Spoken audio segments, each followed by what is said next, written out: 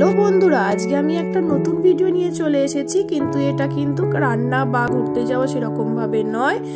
এই 22শে এপ্রিল দিনটা কিন্তু সকলে মনে রেখো। আর হ্যাঁ, আমাকে লাইক শেয়ার সাবস্ক্রাইব করো। কিন্তু যাই হোক, মেয়েকে স্কুল পাঠিয়ে দিয়ে বাপের বাড়ির লোকেদের সাথে বেরিয়ে পড়েছি শেওড়াফুলির উদ্দেশ্যে, বোনের শ্বশুর বাড়ি। বোন থাকে কর্মসূত্রে ব্যাঙ্গালোর, কিন্তু নিমন্ত্রণ তো রাখতেই হয় এবং এইভাবেই তো সম্পর্ক টিকে থাকে। তো যাই হোক, ঢুকেই ওদের একদম সামনেই হচ্ছে এই মন্দিরটা, ভীষণ সুন্দর সাজানো গোছানো মন্দির। এখানে রোজের ভোগ দেওয়া হয় ঠাকুরকে এবং সেই ভোগই ওনারা বেশিরভাগ গ্রহণ করে। তুলসী মঞ্চটাও বেশ ভালো, ছোট্টর ওপর। ইনি হলেন আমার বোনের শাশুড়ি। 4 বছর আগে করোনা টাইমে উনি মারা গিয়েছিলেন হঠাৎই। সেই উদ্দেশ্যে এই আজকের এই আয়োজন। আমরা তখন ওনাদের সঙ্গে আত্মীয়তা গড়ে ওঠেনি, যার কারণে আমরা এই দিনটাই প্রথম ফেস করছি। যাই হোক, এবার নিমন্ত্রণ যখন, তো খাওয়া দাওয়ার একটা বড় রকম পর্ব চলেই। আর এদের বাড়িতে এলে প্রচন্ড খাওয়া দাওয়া হয়।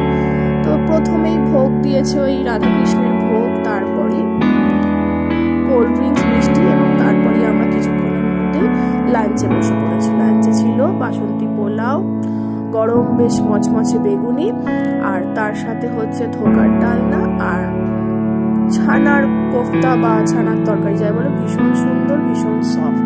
এনারা কিন্তু বেশিরভাগ জনই নিরামিষ ভোজি।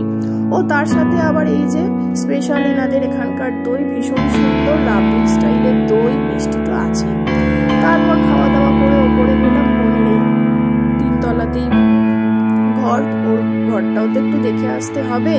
এই তো আমরা আলেকালেও যাই, কেন কি বোন থাকে না বলে। যাই হোক, এই বোনের ঘর সুন্দর সাজানো এবং স্পেশিয়াসও বটে, যার কারণে এত কিছু রাখতে পেরেছি। খুব শখের ঘর, কিন্তু কিছু করার নেই, কর্মসূত্রে যেতেই হবে। সব থেকে স্পেশাল হচ্ছে বাথরুম। আমার বোনের পর এটা এক ধরনের ড্রিমই বলা যায়, কিন্তু কি আর করবে, ওই যখন আসে তখন হয়তো ব্যবহার করে।